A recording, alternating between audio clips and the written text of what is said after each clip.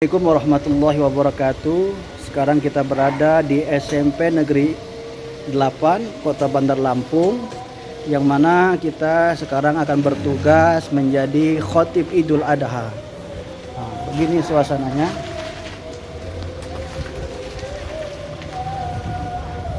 Nah, ini SMP 8 Kota Bandar Lampung.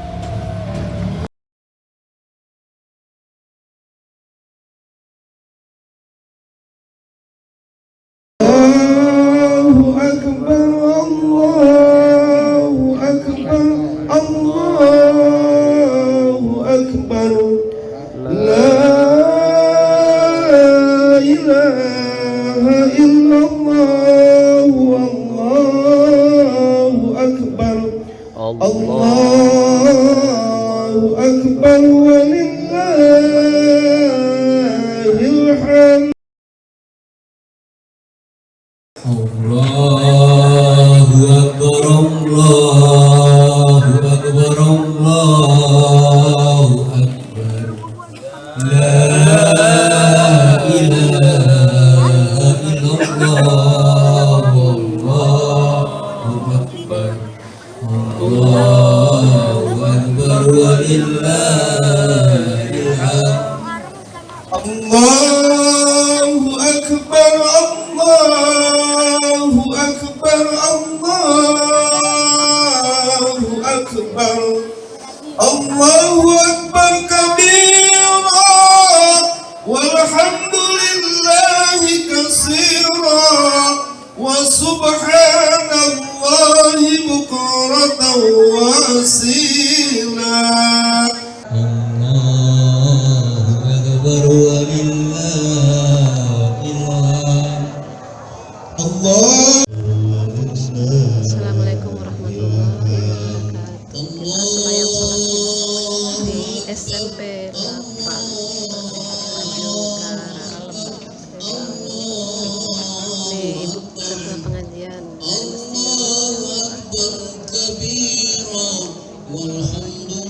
dari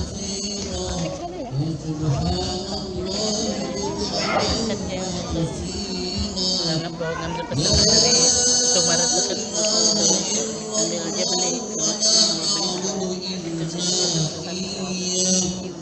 gimana ibu bisa nanti kalau udah nggak potong kenapa selanjutnya kamu dari rumah Allahu Akbar, Allahu Akbar, Allahu Akbar, Allahu Akbar, Allahu Akbar, Allahu Akbar, Allahu Akbar kabira walhamdulillahi katsira wa subhanallahi bukratan wa asila. La ilaha illallah wahdah sadaqa wa'dah wa nasara 'abdah wa a'adda jundahu wa hazama al-ahzaba wahdah syarika lah. Ilaihi bitala Ibrahim khalifah wa ashhadu anna Muhammadan 'abduhu wa rasuluh. Allahumma salli wa sallim ala sayyidina Muhammadin wa ala alihi wa ashabihi wa man tabi'ahum bi ihsan. Ayyuhal hadirun, usikum wa iyaya nafsi bi taqwallah. Ittaqullaha haqqa tuqatih wa la tamutunna illa wa antum muslimun. Qala Allah ta'ala fil Qur'anil Karim, a'udzu billahi minasy syaithanir rajim. Bismillahirrahmanirrahim. Inna a'tainakal kautsar fasalli li rabbika wanhar inna syani'aka huwal abtar. Hadirin jamaah salat Id yang dimuliakan Allah, alhamdulillah kita bersyukur kepada Allah Subhanahu wa taala yang telah memberikan kita karunia dan nikmatnya berupa nikmat iman, Islam, kesehatan serta usia yang panjang. Sehingga pada pagi hari ini kita diberikan kesempatan oleh Allah Subhanahu wa taala untuk melaksanakan sholat Idul Adha. Salawat beriring salam senantiasa tercurahkan kepada baginda Nabi besar Muhammad sallallahu alaihi wasallam.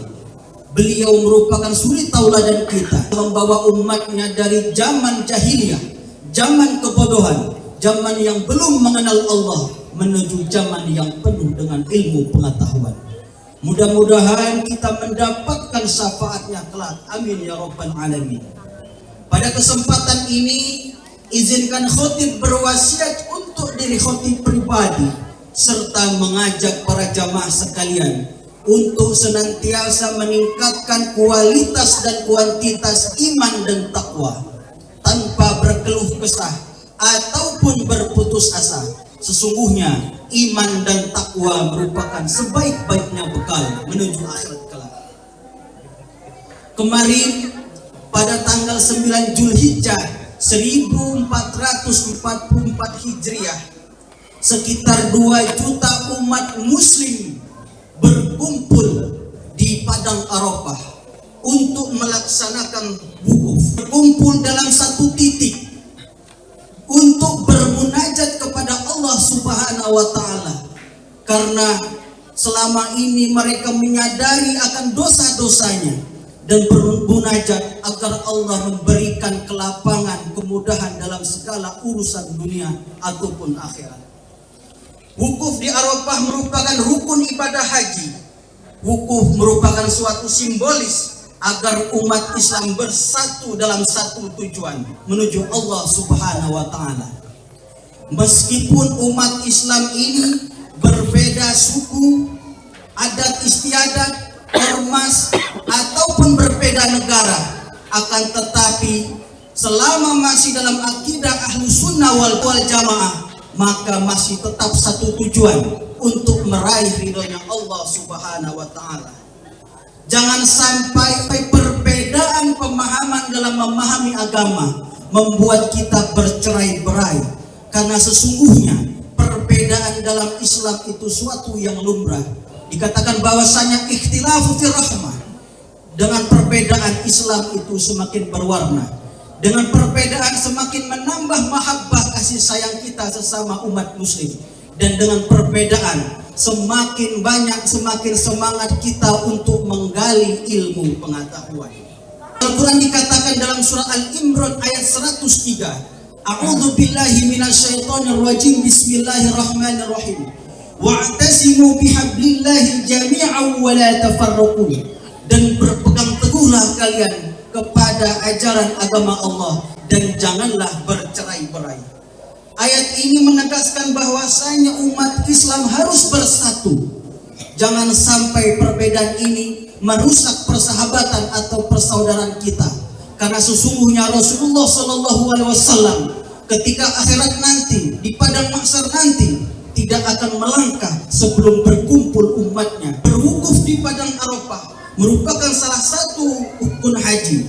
Ketika berwukuf ini, semua umat manusia menanggalkan pakaian keduniaan, kemegahan harta, pangkat dan jabatan, karena sesungguhnya manusia di hadapan Allah ialah sama, tidak dibeda-bedakan, karena sesungguhnya perbedaan kita ialah iman dan takwa.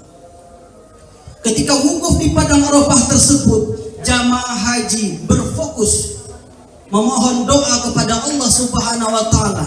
Pikirannya terfokus agar umat Islam sedunia ini dapat bersatu, dapat mendapatkan keberkahan di dunia ini maupun di akhirat. Sungguh menakjubkan, tidak ada seruan di muka bumi ini selain seruan Allah Subhanahu wa taala, di mana penduduk manusia, penduduk muslim 2 juta jumlahnya berkumpul dalam satu titik demi untuk menjalankan perintah Allah Subhanahu wa taala. Para jamaah haji memenuhi panggilan Allah, karena haji di sini hukumnya wajib, sebagaimana firman Allah dalam surah Al-Baqarah dikatakan, wa atimul hajja wal umrata lillah, dan sempurnakan Islammu dengan melaksanakan haji ataupun umroh.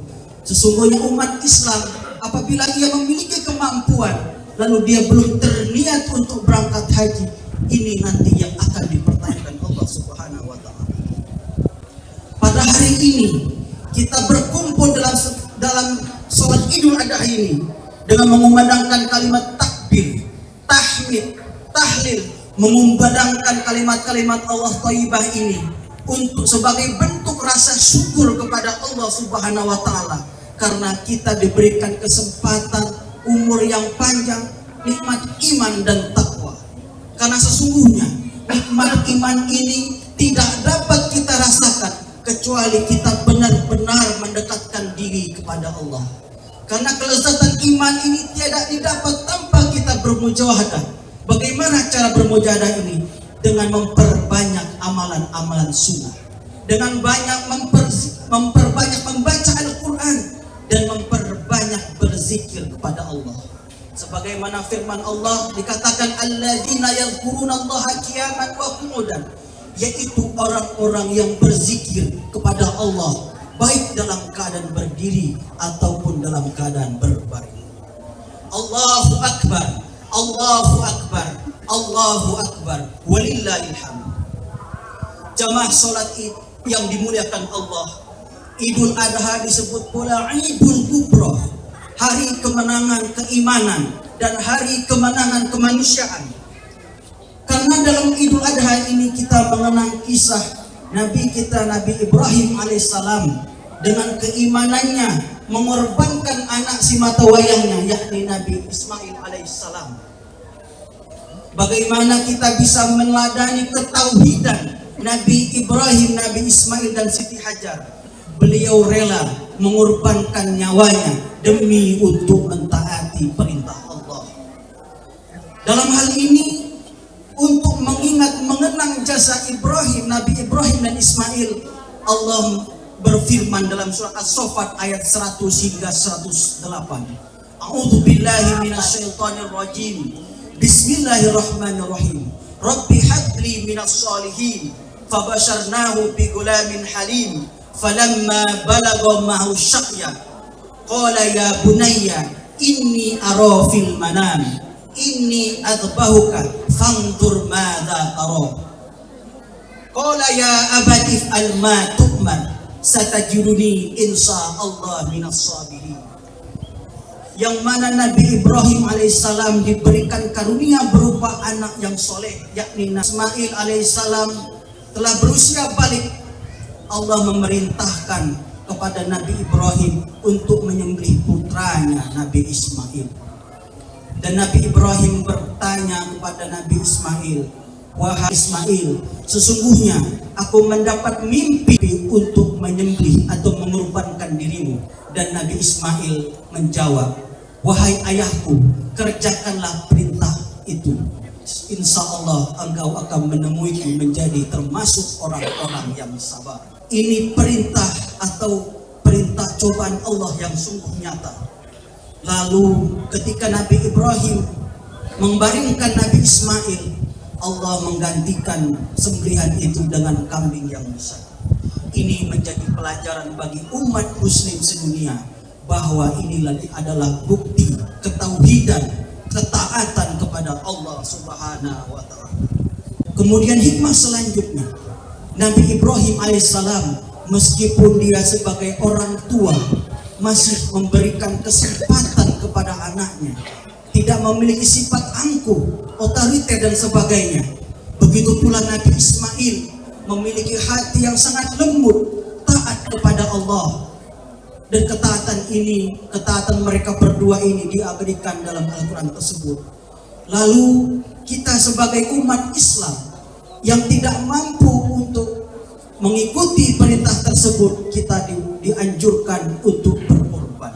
Yang mana prosesi kurban ini dilaksanakan pada tanggal 10 Zulhijjah sampai 13 Zulhijjah. Allahu Akbar, Allahu Akbar, Allahu Akbar, Allahu Akbar, walillahil hamd. Jamaah sholat Id rahimakumullah. Kisah lain dari ketauladanan keluarga Nabi Ibrahim dan Nabi Ismail ialah ketika Nabi Ibrahim diperintahkan untuk membawa anak dan istrinya ke padang pasir. Ketika itu Siti Hajar bertanya kepada Nabi Ibrahim, kemana engkau bawa kami? Kami akan membawamu ke padang pasir. Lalu Siti Hajar bertanya, kepada siapa engkau titipkan kami berdua? Lalu Nabi Ibrahim tidak menjawab. Lalu Siti Hajar bertanya kembali, kepada siapa engkau titipkan kami berdua di padang pasir yang tidak ada orang? Lalu Nabi Ibrahim menjawab, aku titipkan engkau Siti Hajar dan Ismail kepada Allah Subhanahu wa Ta'ala. Jika memang itu perintah Allah Subhanahu wa Ta'ala, kami taat, kami ridho, ditinggalkan di padang pasir. Inilah sebuah bukti ketaatan keluarga Nabi Ibrahim terhadap perintah Allah. Dari itu pula hikmahnya Nabi Ismail menghentakkan kakinya 7 kali maka keluarlah air Zam-Zam. Inilah hikmah yang mungkin perintah itu tidak sesuai dengan akal dan pikiran kita. Namun Allah memiliki kehendak yang berbeda. Sesuatu yang buruk Allah mungkin memiliki hikmah yang besar di dalamnya. Dan Allah juga berfirman bahwasanya umat Islam harus mengabdikan dirinya untuk agama ini. Sebagaimana firman Allah yang kita baca ketika sholat, inna sholati wa nusuki wa mahyaya wa mamati lillahi rabbil alamin. Sesungguhnya sholatku, hidupku, matiku hanya untuk Allah. Pertanyaannya, apakah kita sudah mengorbankan hidup kita, ibadah kita untuk Allah Subhanahu wa Ta'ala? Allahu Akbar, Allahu Akbar, Allahu Akbar, walillahil hamd. Dari khutbah yang pertama tadi kita dapat mengambil kesimpulan bahwasanya ketauhidan, ketaatan kepada Allah butuh dibuktikan. Karena kita merupakan orang yang beriman, wajib kita membuktikan keimanan kita dengan melaksanakan ketaatan perintah Allah Subhanahu wa Ta'ala. Lalu ada pertanyaan, mengapa dalam Idul Adha ini ada prosesi penyembelihan kambing atau sapi? Karena pada hakikatnya ketika kita menyembelih hewan kurban, kambing ataupun sapi, sesungguhnya kita menyembelih sifat-sifat rohaniah yang ada di dalam diri kita.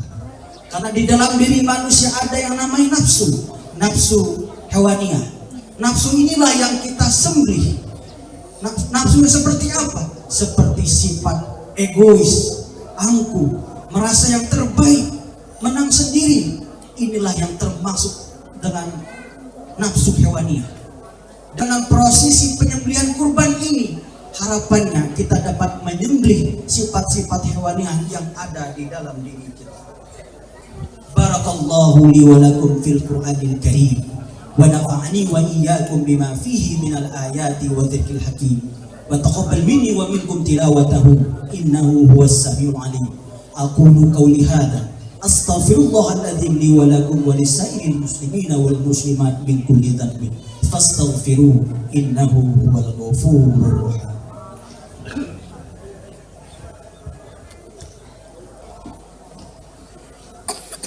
Allahu Akbar, Allahu Akbar, Allahu Akbar, Allahu Akbar, Allahu Akbar, Allahu Akbar, Allahu Akbar. La ilaha illallah wallahu akbar, Allahu Akbar, walillahil hamd. Alhamdulillahilladzi nasta'inuhu wa nastaghfiruh wa na'udzu billahi min sururi anfusina wa min sayyiati a'malina. Man yahdihillahu fala mudilla lahu wa man yudlil fala hadiya lahu. Ashhadu an la ilaha illallah wahdahu la syarika lahu wa ashhadu anna Muhammadan abduhu wa rasuluh. Allahumma salli wa sallim ala sayyidina Muhammadin wa ala alihi wa sahbihi ajma'in. Qala Allah Ta'ala fil Qur'anil Karim, a'udzu billahi minasy syaithanir rajim. Bismillahirrahmanirrahim. Ya ayyuhalladzina amanu taqullaha wa kunu ma'as shadiqin. Innallaha wa malaikatahu yusalluna 'alan nabi. Ya ayyuhalladzina amanu sallu 'alaihi wa sallimu taslima. Allahumma ighfir lil muslimina wal muslimat wal mu'minina wal mu'minat al ahya'i minhum wal amwat innaka sami'un qaribun mujibud da'wat ya qadil hajat. Allahumma ighfir lana ولإخواننا الذين سبقونا بالإيمان ولا تجعل في قلوبنا غلا للذين آمنوا إنك رؤوف رحيم. اللهم اغفر لنا ولوالدينا وارحمهما كما ربينا صغارا ولجميع المسلمين والمسلمات والمؤمنين والمؤمنات الأحياء منهم والأموات إنك سميع قريب مجيب دعوات يا قاضي الحاجات. اللهم انصرنا فإنك خير الناصرين واغفر لنا فإنك خير الغافرين وارحمنا فإنك خير الراحمين وارزقنا فإنك خير الرازقين واهدنا ونجنا من القوم الظالمين والكافرين. ربنا آتنا في الدنيا حسنة وفي الآخرة حسنة وقنا عذاب النار وقنا عذاب النار وقنا عذاب النار. سبحان ربك رب العزة عما يصفون والسلام على المرسلين والحمد لله رب العالمين.